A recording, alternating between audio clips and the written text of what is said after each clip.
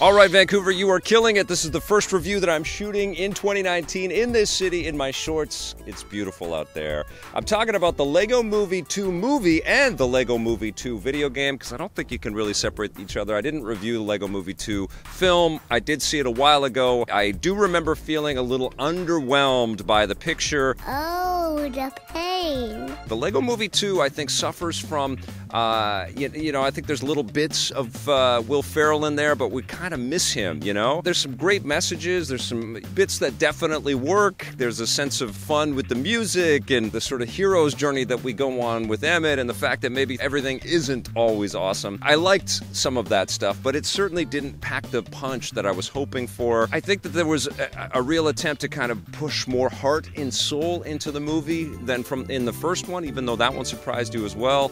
But I think something was lost in there. I don't know if it was the pressures of trying to recapture the magic of something that was a smash success and has now basically generated an industry of Lego films that will come for probably a good long while. There's some nice moments in there where we get to see that sometimes we all feel isolated and sometimes we have to pay a little bit more attention to our friends and their mental health and be a little bit more considerate of one another and not judging books by their covers. I liked all of that. I mean, that was all cool, but it just didn't hit the highs. And the jokes felt a little bit more forced, and when we got into the rapid-fire sequences and the pop culture references, they hit with less, I don't know, success in the Lego Movie 2. My kid loved the movie, though. She did see it in the theater with me, and she was laughing and smiling.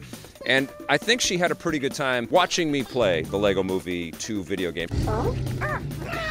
And I think one of the issues with the Lego 2 video game, Lego Movie 2 video game, is that it's very cumbersome. It's kind of a mess. It's a lot of menus. You're looking at the map a lot. It's kind of a mess. I guess it's the 3 M's for the Lego Movie 2 video game.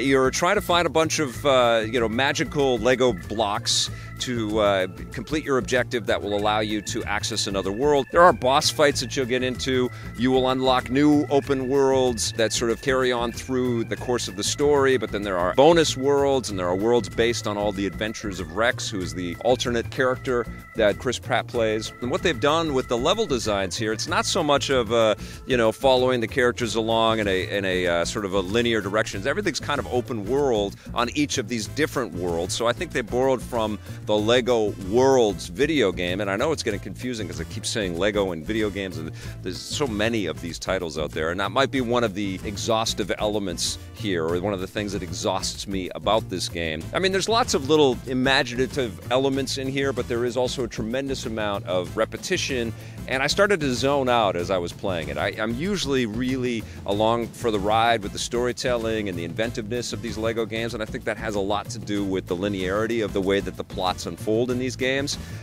The open-ended nature of this means that you're doing a lot of trial and error and trying to remember what your objective is, and more than once I was like, what did I need to get to this for this thing? And I'd go to an arrow marker and I could not remember what it was in my ginormous bag of tools and tricks that I had in my menu, what I was supposed to plop onto this sort of device. Well, toughened most of us. Yeah, I was underwhelmed. I was underwhelmed by the movie, and I was definitely underwhelmed by the game. I think part of it is that the characters that they've introduced, like there's all of these supporting characters and all these cameos of all these famous superheroes and pop culture movie icons. I want to follow along with them. I like playing this makes me want to play Lego Dimensions or jump back into a Lego Marvel game or a Lego DC game. So I just wasn't that invested. I was kind of phasing out. I was beating the levels and completing objectives like, okay, and nothing is too difficult, and there is a lot of the same kinds of mission structures over and over again. Yeah, I was just not surprised. This was kind of a pretty big letdown. I played it on the Switch, and it didn't look that great, and the last game that I played on the Switch was Yoshi's Crafted World, which is phenomenal. And so this was kind of a letdown. Didn't look great, didn't run all that great. The open world quality, you could see a lot of art popping in and drawing in. The draw distance wasn't that great. And I also, like in most of these Lego games, you get stuck for some reason where you question your value in the universe because you're stuck in a Lego game. But it seems like that happens all the time, and that happened in this game a couple of times too. And but it was more aggravation this time because like I have a million things in my bag here, in my sack, in my menu.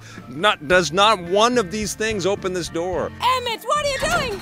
Hooray! So, underwhelmed by the movie, although there are some laughs and there's some value for the film for sure. I'm going to give the movie a 7.5 out of 10, but the game is majorly disappointing. It's only going to get a 5 out of 10 from me.